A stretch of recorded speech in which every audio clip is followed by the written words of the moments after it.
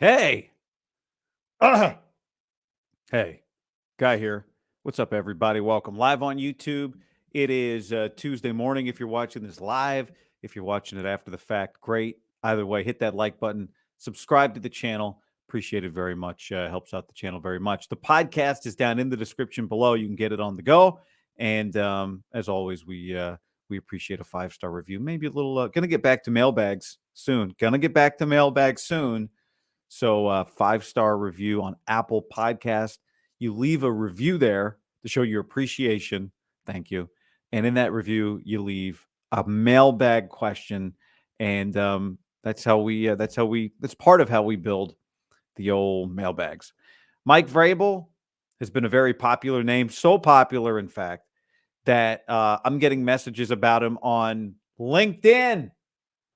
I don't do a lot of LinkedIn messaging, but I got a message from Aaron yesterday that said, on your next podcast, say, Aaron from LinkedIn wants to know, is Mike Vrabel a viable candidate to replace Steve Wilks? Listen, says Aaron, I know it would probably be for only a year, but you don't replace Wilks unless there's a better candidate to replace him. Vrabel's the most obvious, and who knows if he would even want to be a coordinator or just sit out a year. You know, the Niners winning the Super Bowl would have made this it still would have been a very interesting story, right? If they'd found a way to win the Super Bowl, you'd go, all right, halfway through the season, you had to move your coordinator down, something he did not want to do. You had your star player saying he just has to wait to learn, excuse me, what we do around here. Then your coach had to call the timeout. Kyle Shanahan called the timeout to change the defense at the end of the game. And so it would have felt like that maybe Wilks, even with a ring, maybe there would be a change anyway, as weird as that is. It definitely, I think, feels like there's going to be a change now. And the name that I'm bringing to you today, I'm not saying this is the best candidate, but this is a very interesting candidate, Rex Ryan. Now, why is Rex interesting? Why are we even talking about Rex? I did not wake up today thinking, you know what we should do? We should talk about Rex Ryan, who hasn't coached in the NFL in 7 years, and he was a head coach. He hasn't been a DC in well over a decade, like 15 years. He hasn't had a top 10 defense in the NFL since 2010. But Rex Ryan, I saw this tweet from RJ Ochoa. Rex Ryan on Sunday was talking about the Cowboys job. He wanted the Cowboys job. Mike Zimmer, the Cowboys defensive coordinator, reportedly, but Rex Ryan wanted the job. And what he said about it is why his name comes up here for the 49ers. This is what he said, quote, I've been out 7 years. I've never called another head coach or anything like that. I called Mike McCarthy. And the reason I did is because I want to be on this stage. I want to be back on this stage. If I'm going to get back into coaching, have a chance at that. I think with this roster, the way it is, I think offensively, special teams, defense, I figured I could make even a little of an upgrade that they could be right here. He's talking about here being the Super Bowl. That's why I was interested. Your team has no chance at me. He's talking to most people now. Generally, that's the case. I will only go to the right situation, and if it's not completely right, but this team, it is interesting. Okay, so he's saying I would go to this Cowboy team because they're close to getting over the top, getting over the edge, and that's why I think people would be interested in this job. So, you know, when you've got money, when you've got leverage, when you don't need it, you can say things like this. You can be Rex and say, you know, I don't want to come back and coach the Texans defense. I don't love it enough to come back and coach the Vikings defense. I don't want to come coach the Titans defense, but the Cowboys, I'm sexy Rexy. I love the bright lights, this $1 million smile, these chompers. I didn't pay for these chompers to be smiling through a Cardinals practice. I got these chompers for Dallas. I got these chompers for New York. I got these chompers for ESPN. And the question is twofold, right? One, would the Niners want him? Two, do the Niners fit this bill? It is possible that he would say the only team that rises to the level of the Dallas Cowboys in terms of attention and importance is the Dallas Cowboys. That there's no other job that would attract me enough. But the Niners are about as close as you can get, not being New York, where it doesn't really matter how good you are, you're a star, or the Cowboys, who are, you know, people hate America's team, but they are just the biggest football brand that there is. Niners are top 5. Niners in the right year can also be like a number 1, a number 2 range. And I think for the ego standpoint for Rex, you get to do the same thing you would have done in Dallas, right? If Rex Ryan goes to the Dallas Cowboys, which he's not, but if Rex goes to the Dallas Cowboys and Mike McCarthy wins a Super Bowl and the Cowboys win a Super Bowl, Rex gets to be the guy that put him over the top. Well, the same thing applies to the 49ers, right? Part of the attractiveness to Rex Ryan about the 49ers would not just be that they're a major brand. They play big time games. They've got, despite some of the deficiencies and now an injury, some superstar players. But part of the attraction would be, here's Kyle Shanahan, who some still call a great coach. I'm one of them, but he hasn't won a championship. And people are wondering if there's some inherent flaw in Kyle that will keep him from ever being able to get over the top. And so if you're Rex Ryan and you want to stroke the ego a little bit, you get to be the guy that puts Kyle Shanahan over the top. The question on the flip side would be, would that prevent Kyle Shanahan from wanting Bill Belichick, Mike Vrabel, Rex Ryan? Would he avoid a guy who's a big star getting to be the guy that helped put Kyle Shanahan, or just get credit for putting Kyle Shanahan over the top? I don't think he would have a problem with it. I mean, he builds his team with as many stars as he possibly can, and they all share the spotlight. So he would just be doing what he asks his players to do, which is share the coaching spotlight a little bit. And if the ultimate goal is to win the Super Bowl, then you just do what's best for the team. If that means you can get Bill Belichick, then you freaking go hire Bill Belichick to be your defensive coordinator. As long as Jed's willing to open up the direct deposit for whatever that would cost, 15, 18, can you pay your DC 18 if your coach is making 14 or 15? So, that there would be some ego adjustments that everybody would have to make there. But at this point, you got to do whatever it takes to win the championship. All right. So he hasn't had a top 10 defense since 2010. He's only 61 years old. Rex acts young, has a lot of energy from what you see on TV. You always got to be a little careful with your TV people. But Rex has a lot of energy. Just turned 61 in December. Television for 7 years, because he says, I'm not going to come out of this to go work outside of the brightest possible lights. I think you could give him the brightest possible lights. One thing about him, going back and looking at his career, because I say he was a head coach at the end and hasn't had a top 10 defense since 2010, since Brock Purdy was 11 years old. He's also never really had his defense paired with an elite offense. His last year in the league was his first top 10 offense. That wasn't it was a Tyrod Taylor Buffalo Bills offense. It wasn't anything spectacular. He got fired at the end of the year, and Anthony Lynn took over. Now, Kyle Shanahan would not have much issue, would not have any problems trying to get some intel on Rex. But if he needed a little, he'd get some from Anthony Lynn, who coached with him for 2 years with the Buffalo Bills. So we'll find out maybe if Rex is interested, because Rex will tell us. Rex is going to call. Will Rex call while Steve Wilks has the job? Well, the fact that he didn't call at all anybody ever for 7 years until Mike McCarthy had an opening makes me wonder, maybe Rex doesn't call directly, but people will let you know. People have wondered, like, do you need to know who your next coach is, a defensive coordinator, before you move on from Steve Wilks? I don't think you do. If you think we cannot go on like this, which is what it feels like. The scene at the end of the Super Bowl, I think, spoke volumes. And it's been, it's not just the scene at the end of the Super Bowl. I didn't mention this earlier. The reason we got to the point where Steve Wilks came out of the booth was because it started, remember, when Kyle Shanahan kind of called him out in a press conference after what happened at the end of the Vikings game. So it just feels like that's inevitable. Now, there's definitely a collection, right? These guys, the defensive coaches that are available right now, Vrabel, Belichick, Pete Carroll, and I guess Rex Ryan's available if he wants to be available. It's a pretty impressive list.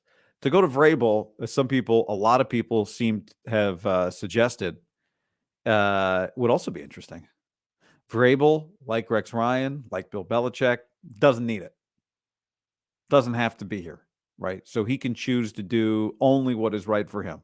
He's been paid head coaching money and doesn't have to come be your DC.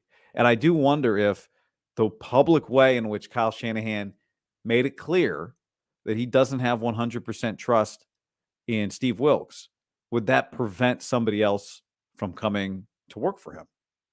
Right? Does a DC, if I'm interviewing with Kyle as a defensive coordinator, I say, Kyle, so you called your guy out in a press conference, basically. You forced him, correctly so, right? It helped in theory. It coincided at least with them getting better. Down to the field when he didn't want to do it. You screamed into the headset because he did not have full autonomy to call the defense the way he wanted to at the end of the Super Bowl. Head coaches do that, though. That's part of the job. That's why they get paid what they get paid.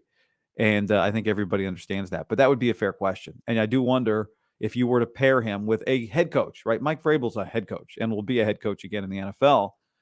Would they have an understanding about, Mike, I'm the head coach. I'm Kyle. I'm the head coach. I get to do some of the things that I want to do, that head coaches do, and that coordinators don't get to do. And sometimes that means maybe I tell you what to do. And would Mike Vrabel be okay with that? Or does Kyle trust him so much that situation would never come up? One thing with Vrabel, his Titans the last couple of years did all right against the Kansas City Chiefs. In 2022, the last time the Titans and Chiefs played, it was the game after the Chiefs beat the 49ers last year. The Titans went to Kansas City. The Chiefs were 5-2 at the time and lost. Titans lost 20-17. They held Mahomes, ready for this one, to 43 of 68 for 446 yards, just one touchdown. They picked him off and they sacked him 4 times. They did a good job. Vrabel's defense did a good job against Patrick Mahomes last year. The year before, 2021, at the time, Kansas City was off to a slow start. They went to Tennessee at 3-3. Tennessee entered the game at 4-2. It's a Kansas City team that eventually would go on to lose to the Bengals in the AFC Championship game. But Mahomes that day, 20 of 35, 206 yards, no touchdowns, a pick, 4 sacks. So the last 2 times that Mike Vrabel has played Patrick Mahomes, he's held him in 2 games to 1 touchdown, 2 interceptions, and 8 sacks. I think that makes Mike Vrabel pretty damn attractive. It makes him really attractive. You got to look at whoever is going to be your defensive coordinator next year, and maybe it's not inevitable, as some people on the chat are suggesting. Inevitable is maybe we should stop short of inevitable vegetable, but I wouldn't stop much short of it because I would bet a lot on it right now. But you've got to view it like you're trying to beat one team for the World Series, and they got a star left-handed hitter. You got to bring in a lefty. It's just you got to match up with that team, with that guy. You got to get your Jordan stopper, right? Your Kobe stopper. That's what you need at this point. Now, you do have to win division, win the NFC, beat these other teams, the NFC. But ultimately, what stands in your way of winning the Super Bowl, it's not really debatable anymore. It's Patrick Mahomes and Andy Reid. It is Michael Jordan. And you are John Starks in the Knicks.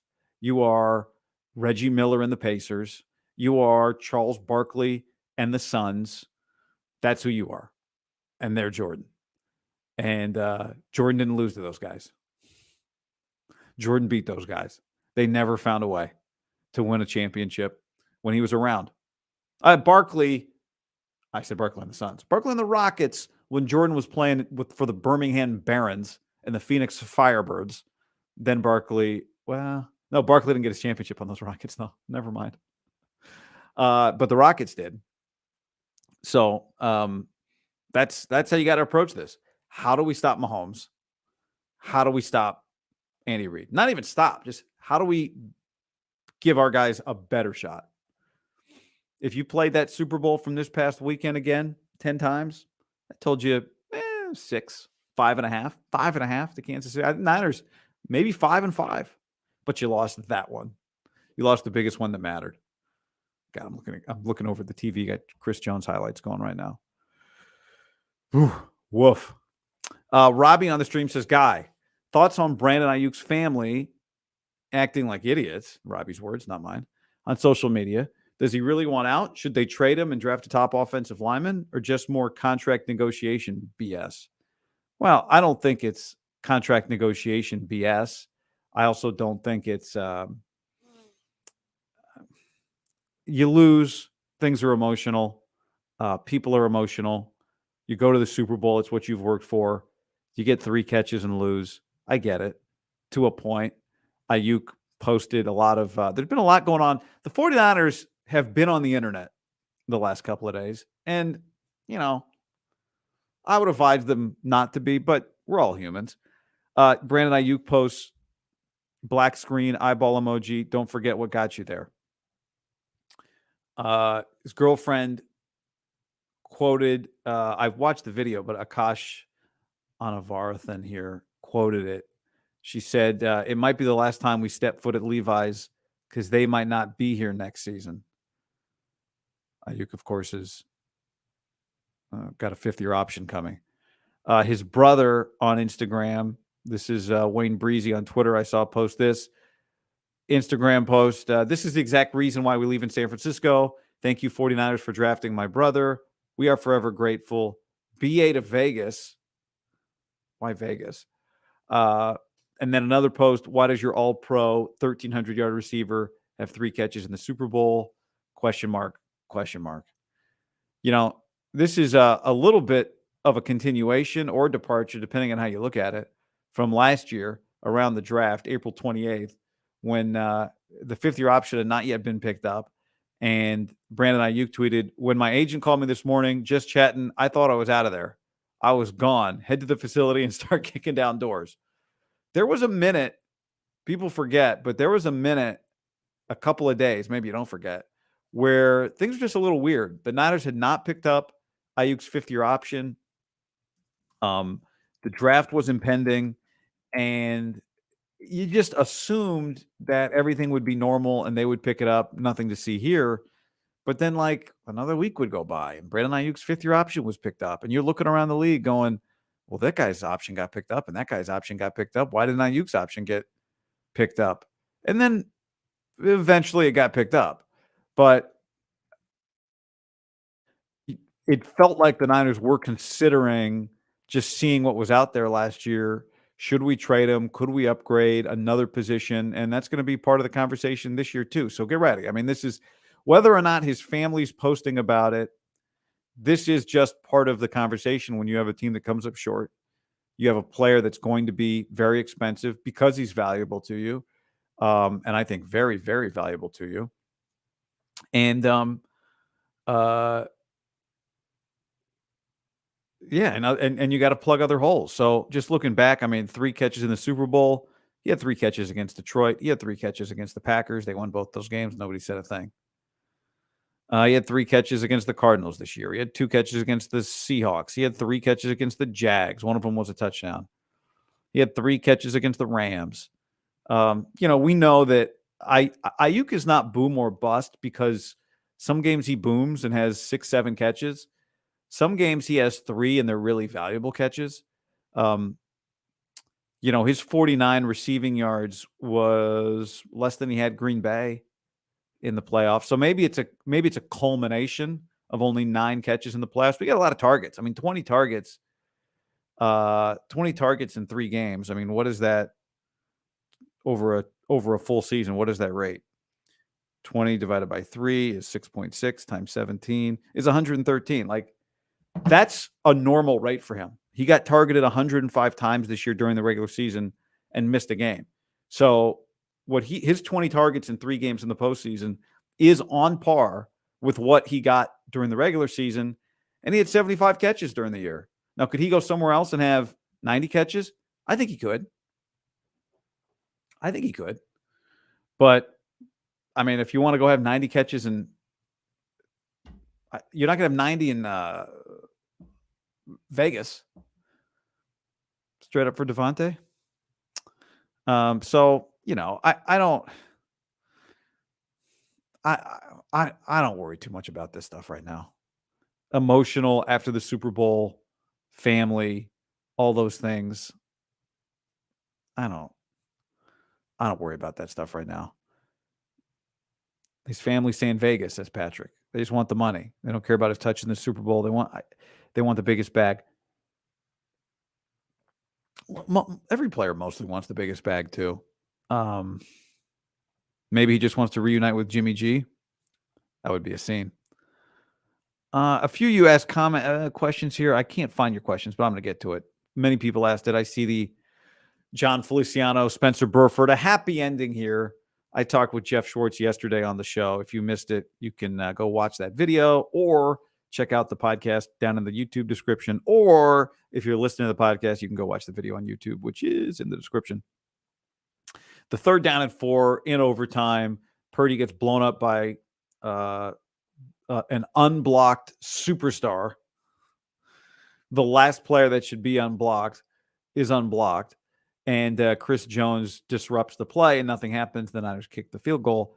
And so that clip was going around. I posted it and several other people posted it and were more critical of the offensive line.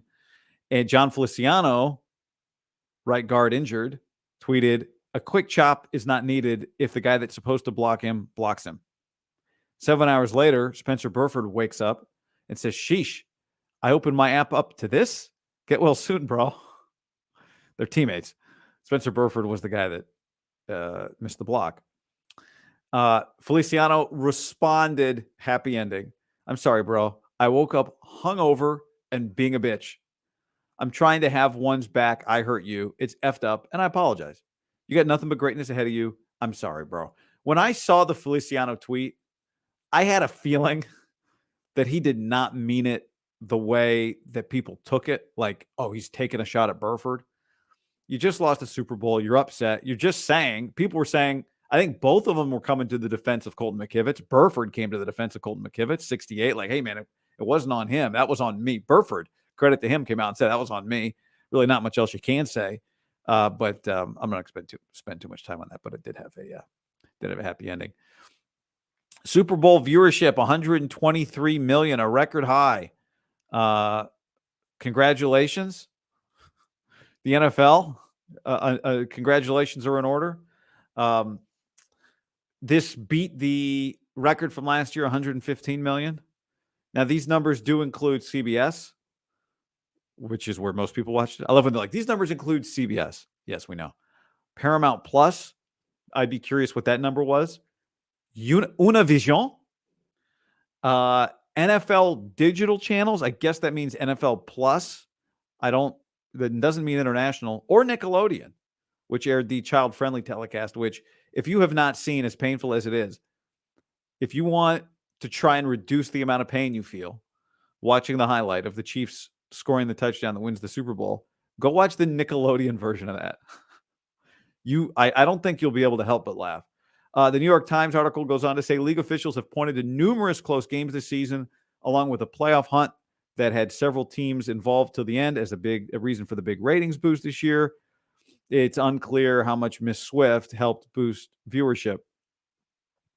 Yeah, I mean, I guess you could point to close games this year. I wouldn't. I would point to an increasingly fractured media landscape and people who still love getting together, quote unquote, for an event, and there just being fewer and fewer events that you can get together for.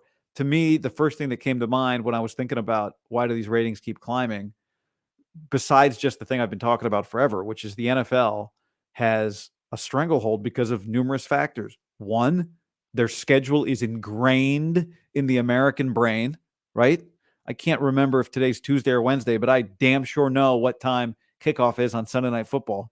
And I know about Thursday, and I know about Monday. We all do. Everybody does. Gambling, boost. Fantasy, boost. They've done a really good job with some of their, I don't watch it, but like their more family-oriented draft shows on, and they put them on ABC. So they've hit so many marks with this stuff. And the first thing I thought of when I was thinking about this was, I remember like post pandemic feeling like I don't want to just order clothes or shoes and pull them out of a box, look at them, send them back. It was a pain in the ass. I enjoyed actually going to a store, buying it, not buying it, and then moving on, as opposed to ordering it, waiting 5 days, trying it on, not liking it, printing out a return label, putting it on the box, taking it back to FedEx, sending it back. It just, even though it seems like it's always easier to just order something, it's not always easier to just order something. And there is an experience you get from being kind of out in the world that you missed. And the number of things that are a communal event, like football, the Super Bowl especially, dwindle by the year. So I don't think it's any big mystery. And I think for me, I think the heart of it is the schedule. They have hammered the schedule into everybody's brain. And so when, baseball, everyone knew was every night. Basketball, you didn't necessarily always know your team's schedule, but it wasn't that big of a deal because you would just flip on the TV and the local news would tell you or whatever. It doesn't work like that anymore. So the NFL has an advantage at a time when people are not turning on their television, right? Any of you with kids know your kids are definitely not turning on the TV to look at the cable. I mean, they might be if you got a YouTube app, but they might just be doing it on their laptop or their phone or their iPad. Football, already ingrained. So everything gets flipped upside down. The media market is a car skidding on the highway on its roof, and where's your cell phone? And football is that what's the OnStar button? It's just you always know where it is. It's right there. So I don't think it's it's no great mystery. By the way, one of the stories of the year is becoming of this part of the year is becoming. A few people are saying the Bears should not draft Caleb Williams and keep Justin Fields. It was one of the biggest draft story at last week of Super Bowl week was Merrill Hodge, who, by the way, is jacked, on Radio Row telling somebody he would not go to Caleb Williams and he would stick with Justin Fields. And this morning, I'm watching Mike Greenberg yell at everybody on Get Up, and Jeff Saturday says he would keep Justin Fields around. I'm here to tell you, as someone who watched Caleb Williams for 2 years at USC, I voted for Caleb Williams in the Heisman 2 years ago, as did everybody else. He won the Heisman. I voted for Michael Penix with my official Heisman ballot this year, by the way. I would draft Caleb Williams. I would not overthink it. I don't know if he's going to be, I would not expect him to be. You can't expect anybody to be Patrick Mahomes 2.0, but he's better than Justin Fields. He is what a number one quarterback prospect looks like. He is it. So when you get a number one quarterback prospect and you are drafting number one, you draft the number one quarterback prospect. The other thing for the Bears is they have the 9th pick. So they're in great shape. I mean, it's not as if they won't get a first rounder if they reach on a quarterback. But drafting Caleb Williams number one in this draft is not reaching for a quarterback. He's not overvalued because of his position, right? This isn't, Trey Lance or Zach Wilson, right? Guys who got drafted a lot higher than they were rated behind on a lot of people's draft boards. They're rated behind other positions, but they get the quarterback inflation. This is not quarterback inflation with Caleb Williams. If the Bears don't draft Caleb Williams, to me, it'll be one of the most stunning draft decisions we've ever seen.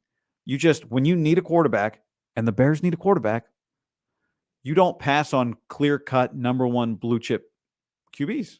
You just don't. And I don't think they will. They shouldn't.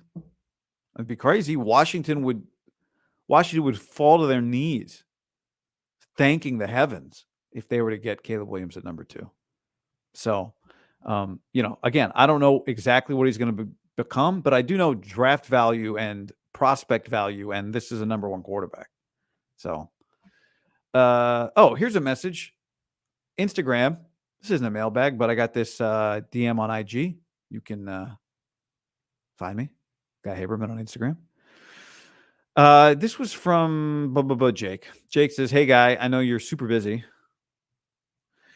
but I'm a coping Niners fan, and I need to ask the question. Why do you think in the Lynch Shanahan era they failed to address special teams and offensive line? I don't think Kyle's ever had a top 10 to 15 special teams unit. And aside from Staley and Williams, the offensive lines have been mid at best. I think it's because he thinks he can manipulate the offensive line. And I don't think he cares much about special teams. They finally found the right recipe in the last few weeks with special teams kick coverage, which is kick it out of the end zone. Jake Moody becomes more valuable to you when you just have him kick it out of the end zone every time. Every time. Every single time. And I don't know the exact stat because I didn't log it. I'm trying to remember. Since he got asked in the Packer game, after the Packer game, about kicking it short, Kyle Shanahan got asked. I think they've just kicked it through the end zone every time. Could be wrong. If you guys remember, did they kick it short at all against Detroit? Kick it short at all in the Super Bowl? The Super Bowl was just an absolute blast fest on kickoff between those two kickers. All right, let's get to some of your questions here from the stream. Andrew, what do you think of the rumor of Kyle still pursuing Cousins? Well, Kirk Cousins is hurt. If he hadn't been hurt, I still don't think he would be a pursuit for the 49ers. Who knows when he'll be back, how healthy he'll be when he returns. Would the Niners sign him cheap to be a backup quarterback because he's hurt and nobody else wants him? I mean, maybe that would be if that happened, that'd be a pretty interesting little situation. Basically like a rehab quarterback. And would he take basically no money because he would have to? But I don't expect it. Dale says Chicago is where careers go to die. Yeah, it's a bad situation. Again, it feels like, at least in Chicago. Kid Icarus with a comment. Lombardi, this is David Lombardi, thinks we are wrong for saying they should have run it more. I don't know. They ran the ball once in the third quarter, hence the punts. I think the Kyle abandoned the run side of you people who are in the Kyle abandoned the run category, I don't think that's what happened. And I said it at the time. I would have liked another first down run. They 3 out of their first 4 possessions in the second half, they threw the ball on first down, including after the interception where Steve Spagnuolo brought his unpracticed blitz with Leo Chenal, and the Niners made mistakes. They had penalties. They put themselves in passing situations. They didn't have that many snaps to try and establish the run. They were getting killed running the ball early by the Chiefs defense. So, in hindsight, would I have liked another run in there? I would have, if we can hindsight call plays, which you don't get to do, I would have loved a run on first down after the interception. But I don't think he abandoned the run.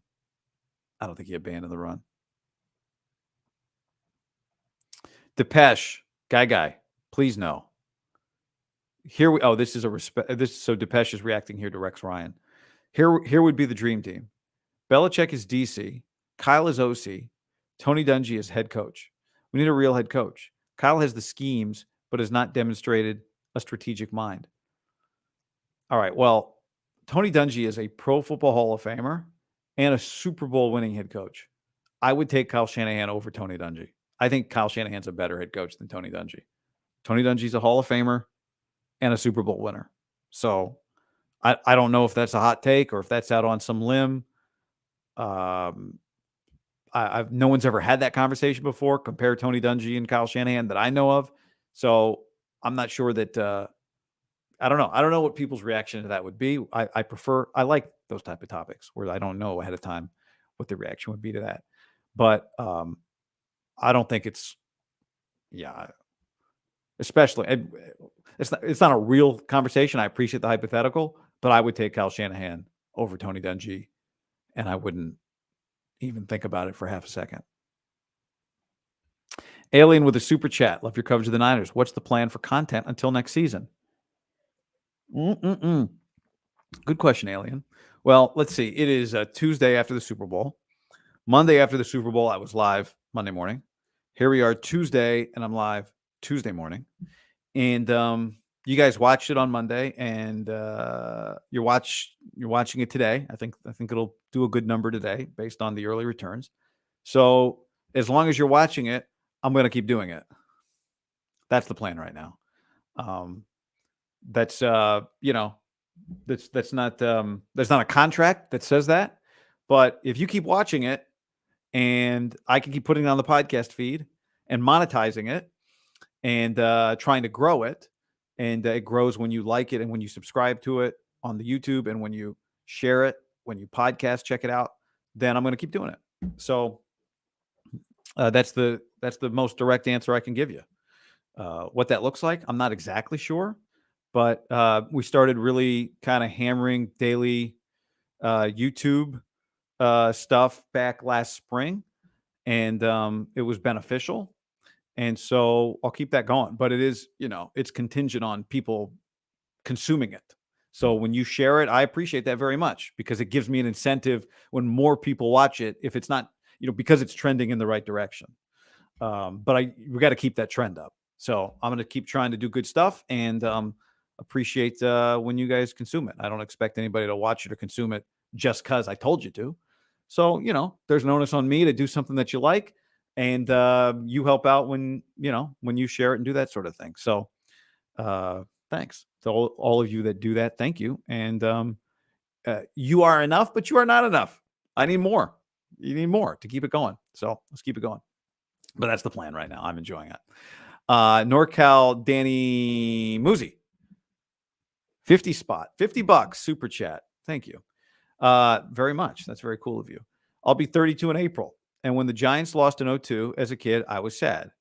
But they won 3 championships. But in 10 years, the Niners are 0-3 in bowls. Where are you located, guy? I'm in the suburbs of Sac. What's the Niners' priorities this offseason? This is a man recovering. This is the message of a man who is recovering right now. So I appreciate that. I'm in the Bay Area. I'm in the East Bay now. Lived in the city for about a decade in San Francisco. Davis, California. That's where my parents are. That's where I went to high school. That's home. Went to Fresno State for college and moved up to the Bay Area in 2012 to do local radio and the Oakland A's pre and post game show. Moved out to the East Bay. Still go back to the city quite a bit. Get up to the Sac area frequently. My sister lives there. One of my sisters lives there. And going down to San Diego this weekend just for fun. My wife's best friend lives down there. So that's not what you asked, but we're sharing. So I'll share. Let's see. What are the Niners' priorities this offseason? I'm going to, one of the things at the top of the to-do list is to kind of dive into doing, that'll be some of the content. It's like what comes up next, but they definitely need a pass rusher. There's a few decisions they got to make with guys on their roster. You can't complain too much about drafting when you got your starting quarterback with the last pick of the draft. But Drake Jackson in 2 years, not being the opposite pass rusher of Nick Bosa, hurts. Danny Gray and Ronnie Bell, both not looking like they are the Juwan Jennings or Brandon Ayuk or Deebo Samuel, just one of them replacements. That hurts. I would love to see them get a speedy receiver. I think the reason they don't hit deep balls is not because of Purdy's arm. It's because they don't have receivers that separate down the field. I think throwing the ball deep to Deebo a couple of times, we saw that. I've been talking about that since camp. But how do you fit that person in? It's hard to make that a priority if you've got the talent they have around them. You have a hard enough time getting the Ayuk the ball more than 3 times. So having a guy in there for a gadget deep ball, now will Ronnie Bell develop? Maybe. Juwan Jennings didn't play his rookie year and eventually developed into a critical part of the team. So maybe, but I would say right now it's not trending. It's not trending that way. And with Danny Gray, it's definitely not trending that way. But I think they got to get a pass. They got to find the pass rusher opposite Bosa. They got to solidify the inside of their line. They're going to need another linebacker now. And maybe they just have that internally because they think, well, we'll wait and see Greenlaw, maybe November, right? This is an Achilles. We have not seen a timeline yet from them, but this is generally, a 9-month injury. And even then, when you come back, cleared to play does not mean back.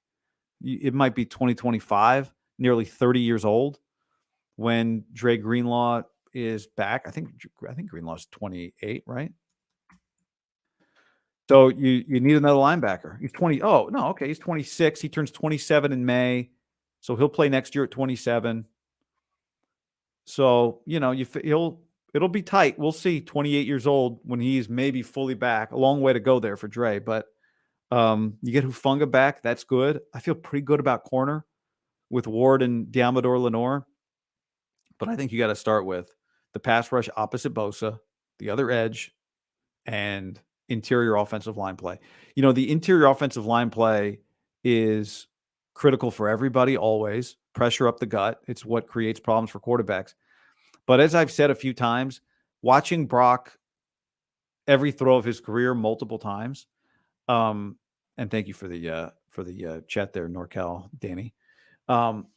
His height is a bigger factor than his arm, and his arm strength or his lack of an elite arm becomes a factor because of his height. And I think where you see it regularly every game, once or twice, is when and we saw it in the Super Bowl, and you see it every game, and whatever. I mean, he works around it. It is some guys don't see the field because they can't process. They could be big and strong, but they don't process. That's not Brock's issue. Right? Brock's elite at that. But once or twice a game, he'll throw a ball that you think got tipped and it didn't. When people are around him, his follow through, instead of being above their arms, is like into people's midsections or into people's shoulders or into people's helmets. And, that type of height around him, especially up the middle, really creates really difficult throws for him. And his arm in and of itself, when he is flat-footed and surrounded, generally his arm in and of itself is not enough. That's where his arm is not strong enough. So when people say like, oh, people get offended by it. I think he's a pretty damn good player, but let's not act like there aren't challenges here. There definitely are. And you've got to mitigate those challenges. And one of them is pressure doesn't bother him mentally like it can bother some guys. He doesn't panic, but it does create problems for him that it wouldn't create for a taller quarterback with a bigger arm. So the inside of the line is, you could say that for any team is critical, but I think it's particularly critical for the Niners this offseason. A rotation at guard is just, how long is that sustainable? Dale with a super chat. We lost because we didn't score on their turnover and they did ours. Let's stop the over-analyzation. We win. We get any points from their 44. So annoying. I was listening to Ethan Strauss's last article from his Substack, House of Strauss, because I didn't think I'd listen to 7-minute articles. I figured I'd rather read them, but then I did it yesterday. I enjoyed it. And one thing he said was, winning is more fun, but losing is more interesting. I thought it was a great line. I think there's some truth to it. When you lose, you think about all the missed opportunities. When you win, you don't think about the missed opportunities. You think about all the little things that went right, and how right you were, and how you predicted this and were ready for that. And when you lose, we don't talk about all the things you got right. We talk about the things you got wrong. But this is part of it. Like, how do you prepare for a moment when there's going to be a million moments, right? The Super Bowl is not one moment. It's a million little moments. And any one of those million little moments going the right way could be the difference, or going the wrong way could be the difference. Or maybe it's 5 of those moments, right? We could get 10 people together, or as many people watch this video, we could all get together in a room, and we could each there could be 50 different moments that we say, that's the moment. Pick up a 3rd and 4. Yeah, score from the 44. Sure. It's a long way to go. To me, the 2 biggest moments of the game, 3rd down and 4 at the 2-minute warning. Trent McDuffie blitzes, deflects the ball. The 49ers kick a field goal to take the lead. 3rd and 4 in overtime. Chris Jones, they blitz. Chris Jones gets unblocked because of a mistake. Niners throw it incomplete. Brock throws it incomplete. They kick the field goal, take the lead. Both those times, touchdowns or first downs, in the case of the 2-minute warning play, might have ended the game. End of the game. Won them the Super Bowl. Now, they were tied at the 2-minute warning, so you still had to go score. But those are the plays I point to. And I got no problem overanalyzing, because that's what they're doing. What are we doing if we're not enjoying every little moment? I find every little moment so juicy. Super chat. My brother and I played college base from Danny. My brother and I played college baseball. He played at Long Beach State, and one of his groomsmen and teammates went to high school with Fred Warner, and he said he's cool as shit. Is Jaden Graham that good? Jaden Graham. Jaden Graham. Who's Jaden Graham? Jalen Graham. Oh, we may find out. I mean, he's big. He's fast. I don't know how many snaps he got this year. I'd have to go back and check the PFF numbers. He really stands out when you look at him on the field. Like when I was at practice, he stands out on the field. He's a 7th rounder. Niners have had success in the 7th round, but we'll see. Maybe. I don't know. Who's their defense? Tell me who their defensive coordinator is. And then we can kind of figure out how they use those guys. All right. That's that for this. Got to roll. Thanks for jumping on again on the YouTube and on the podcast. Appreciate you very much. We'll see what transpires, the defensive coordinator, and a lot more to talk about. Off season's here, but I'm going to keep doing these. Appreciate you guys watching them, and we'll talk soon. Later, everybody.